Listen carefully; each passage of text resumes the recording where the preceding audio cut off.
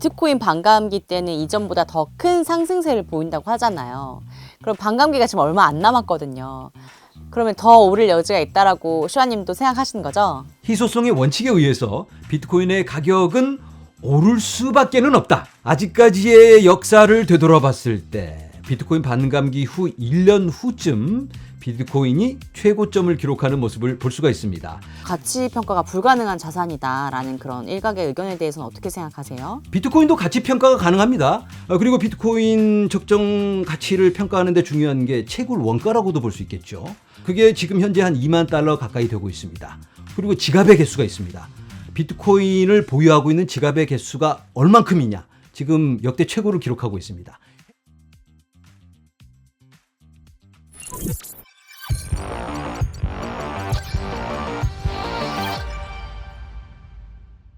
아니 그러면은 또 가격 얘기를 해보겠습니다. 단도직입적으로 물론 낙폭은 있을 수 있지만 가상자산 뭐 우선 비트코인 가격 어떻게 보세요? 지금 바닥을 다지고 좀 상승하고 있다고 보시나요? 네, 지금 바닥 다지고 상승하고 있잖아요. 우리가 그걸 지금 목격하고 있습니다.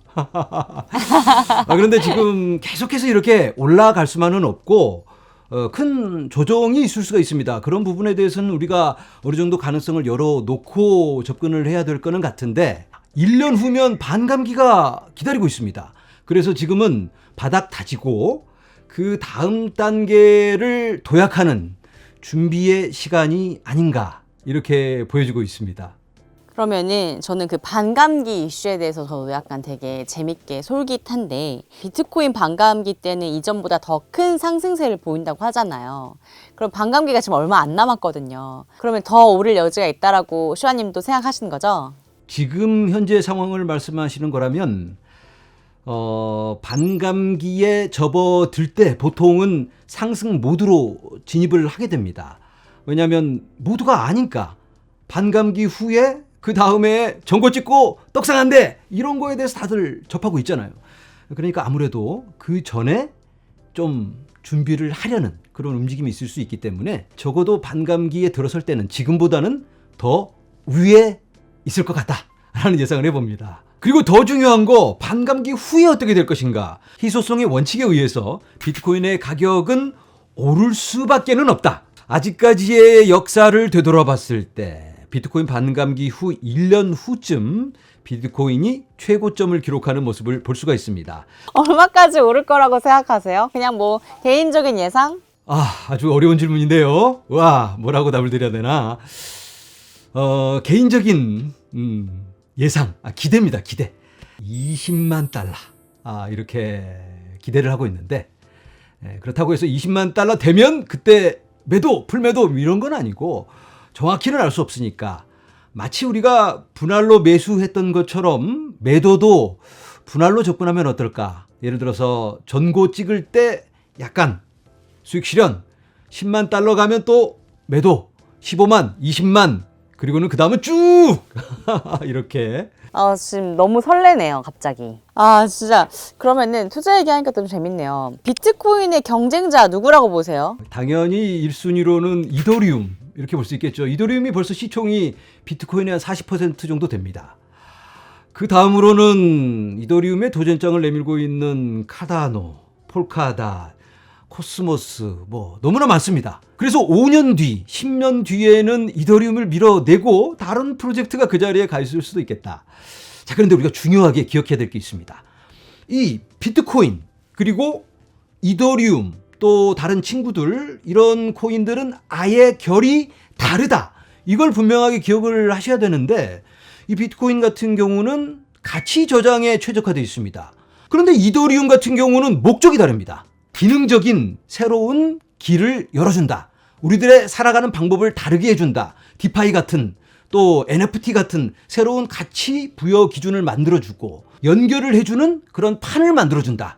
이게 이더리움이 하는 그런 기능들인데 어떤 기능적인 새로운 혁신을 추구하는 4차 산업을 이끌어가는 그런 기능적인 부분에서는 이더리움과 다른 그런 스마트 컨트랙 플랫폼들이 훨씬 우위에 있지 않을까라는 예상을 해볼 수가 있겠습니다. 하지만 가치 저장 그리고 지금에 하는 그런 부분들에 대해서는 비트코인은 쭉 앞으로 10년이 지나고 100년이 지나도 그 가치를 지켜주지 않을까 이런 예상을 해봅니다. 그러면 아까 말씀하셨듯이 비트코인의 비중이 가장 크다고 하셨는데 왜 비트코인에 대해서 싫어하는 사람들이 비트코인이 무슨 가치가 평가가 가능하냐? 그 가격이 말이 돼? 가치 평가가 불가능한 자산이다라는 그런 일각의 의견에 대해서는 어떻게 생각하세요? 비트코인도 가치 평가가 가능합니다. 예를 들어서 주식이라고 한다면 주식 가격 대비 매출이 얼마인지, 성장 가능성 이런 것들을 보면서 적정 가치를 평가를 하죠. 비트코인 같으면 해시레이트이 있습니다. 얼만큼 많은 참여자들이 얼만큼의 컴퓨팅 파워를 가지고 참여를 하고 있는가, 그리고 지갑의 개수가 있습니다.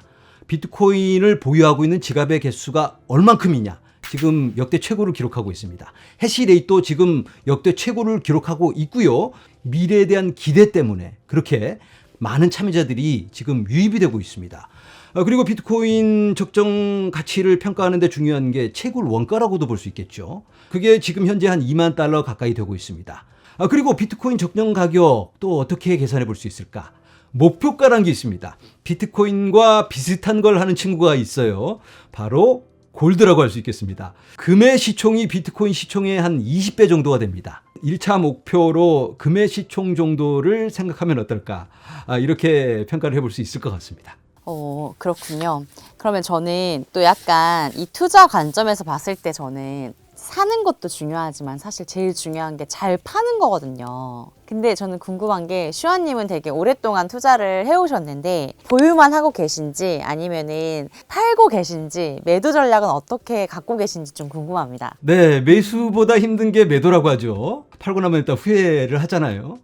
분할로 팔라고 그랬지? 그러면 팔고 나서 그때 괜히 팔았네. 아니면 그때 다 팔 걸. 이렇게 후회를 하게 되는데 본인의 전략에 맞춰서 후회는 없다. 이렇게 접근하시면 좋을 것 같아요. 저 같은 경우는 비트코인은 거의 매도를 안 합니다. 저축의 수단으로 생각을 하고 있습니다. 알트코인 같은 경우는 목표가에 도달하면 분할로 매도, 목표가를 정하고 매도 이렇게 나눠서 20%, 20%, 20% 한다든지 아니면 10%, 10%, 10% 어느 정도는 그냥 끝까지 쭉 이렇게 가시면 좋을 것 같다. 지지선 저항선에 맞춰서 지지선에 사서 저항선에 판다. 이런 걸 좀 마스터하면 참 좋을 것 같다라는 말씀을 드립니다. 지지선에 사서 저항선에 판다. 이거 알고 있는데 너무 실천하기가 어려운 원칙인 것 같아요. 오늘 매수 전략, 매도 전략, 비트코인에 대한 생각, 리플에 대한 이야기 너무 재밌는 이야기 많이 해주셨는데 슈아님은 사실 이 가상자산 씬에 오래 계셨잖아요. 어떠세요? 좀 생태계가 어떻게 좀 흘러갔으면 좋겠다 이런 염원 있으세요? 네, 제 염원대로 되지는 않겠지만 염원이 있다면 좀 더 건강한 생태계가 만들어지면 좋겠다. 좀 더 마음 편안하게 투자할 수 있고 그리고 그 가치를 이해할 수 있는 그러한 환경이 조성된다면 얼마나 좋을까. 그러기에 앞서서 먼저 선행돼야 될 게 제도적 장치라고 볼 수가 있겠죠. 하지만 그런 과정에서 여러 가지 모순되는 그런 현상을 많이 우리가 접하고 있습니다. 그런 부분들은 시간이 지나면서 좀 합리적인 방향으로 흘러갔으면 좋겠다라는 생각을 가져보고 그리고 또 필요한 게 여러 가지 교육이 필요할 것 같습니다. 많은 분들이 잘 몰라서 사기를 당하기도 하고 위험한 그런 상황에 처해지기도 합니다. 어떻게 투자를 해야 되는지 코인 인출하는 방법 그리고 지갑을 사용하는 방법이라든지 그리고 블록체인이 도대체 뭔지 그리고 누군가가 나한테 토큰을 판다고 한다면 저게 멀쩡한 건지 아닌지를 식별할 수 있는 그런 방법들 사회적인 그런 지원이 있다면 참 좋겠다. 근데 저 궁금한 게 그 비트슈아님 비트코인 가지고 계신 거 언제 파실 생각 있으세요? 네, 당연히 팔아야지. 언젠가는 비트코인은 사용하려고 있는 겁니다. 사용하려고. 언제까지나 꽁꽁 붙들고 있는 게 아니고 나중에 비트코인이 많이 오르면 비트 하나로 집 한 채 살려고 계획 중이고 차도 사고 맛있는 것도 사 먹고 이렇게 계획하고 있습니다. 이 영상을 보시는 분들도 좀 사용하는데 좀 익숙해질 필요가 있겠다. 그 아까운 비트를 사용해? 이렇게 말씀하지 마시고 좀 더 사시면 되잖아요. 좀 더 사셔서 지갑에 넣고 햄버거도 사 먹고 이러한 연습도 필요하겠다는 생각이 듭니다. 네, 내년에 꼭 그 반감기 이슈로 인해서 2만 달러 넘어가지고 우리 비투시아님께서 차도 사고 집도 사셨으면 좋겠습니다. 저희 오늘 나와주셔서 이렇게 재밌는 말씀 해주셔서 너무 감사하고요. 저희 빗썸 구독자분들에게 뭐 해주고 싶은 말씀 없으실까요? 네, 코인 투자의 길이 쉽지만은 않죠. 특히나 이번 하락장을 지나면서 힘드신 분들이 참 많습니다. 정신이 피폐해지고 좀 좌절에 빠지신 분들이 많이 계실 텐데 우리가 이번을 계기로 좀 재정비를 하는 시간을 가지면 어떨까? 한 타이밍만 쉬어가면서 공부를 하면서 어느 정도 우리가 확신을 갖고 간다면 어떨까? 아, 블록체인이란 게 이런 거였어? 내가 투자하고 있는 코인이 앞으로 이런 데 사용이 되겠네 하면서 그걸 이해한다면 돌발 상황이 왔을 때 조금 더 냉철하게 대처할 수 있지 않을까 이런 생각을 해봅니다. 아, 그리고 마지막으로 제가 나누고 싶은 게 있는데요. 영어입니다. 긴장하지 마시고 영어로 제가 잠깐 나눌 텐데 Time in the market 이런 말이 있습니다. 시장에 머무르고 있는 시간, 투자하고 있는 그 시간을 얘기하는 겁니다. 그 시간이 타이밍 더 마켓이란 말이 있습니다. 말이 비슷하죠. 타이밍 더 마켓, 타이밍을 잰다. 시장에서 최고점이 어딜지 아니면 바닥이 어딜지 그 타이밍을 재는 그 행위를 말하는 건데요. 그 타이밍을 재려고 노력하는 것보다 시장에 머무르고 있는 그 시간, 투자하고 있는 그 시간이 더 중요하다. 이러한 말입니다.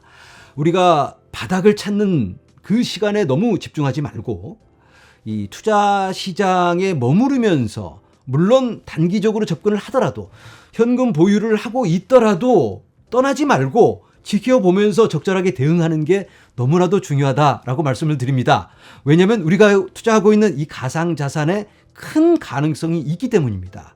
우리가 적절하게 전략을 짜서 건강하게 접근한다면 충분히 큰 보상으로 우리에게 다가오지 않을까 이렇게 말씀을 드려봅니다. 타임 인 더 마켓 너무 좋은 말 같은데요. 오래되고 충분한 준비로 우리 구독자분들 모두 부자 되셨으면 좋겠습니다. 슈아님 오늘 나와주셔서 너무 감사드리고요. 그러면 다음에 또 뵙겠습니다. 한번 또 나와주세요. 건강하세요. 네, 초대해 주셔서 감사합니다. 다음에 기회가 되면 또 뵙도록 하겠습니다. 구독자 여러분들 다음에 또 뵙겠습니다. 감사합니다. 그 메타버스라는 미지의 세계에 깊게 발을 들이고 계신데 흥미를 느끼는 순간들이 좀 어떤 순간들이 있으세요? 촉각을 처음 느꼈을 때였던 것 같아요. 가상 공간 안에는 피아노를 쳐봤는데 실제로 피아노 소리가 들렸을 때, 연주가 됐을 때 지금이 만약에 이 정도라면은 진짜 놀라운 경험들을 할 수 있겠다. 제가 회의에 늦게 들어가도 인공지능이 이제 회의 내용들을 알려주고 여태까지 어떤 일들이 있었는지 자동적으로 회의록을 작성해주고 다른 나라 분이시면은 실시간 번역을 해주고 그런 기술을 빨리 받아들이고 활용을 잘하는 사람이 진짜 시대의 인재상이군요.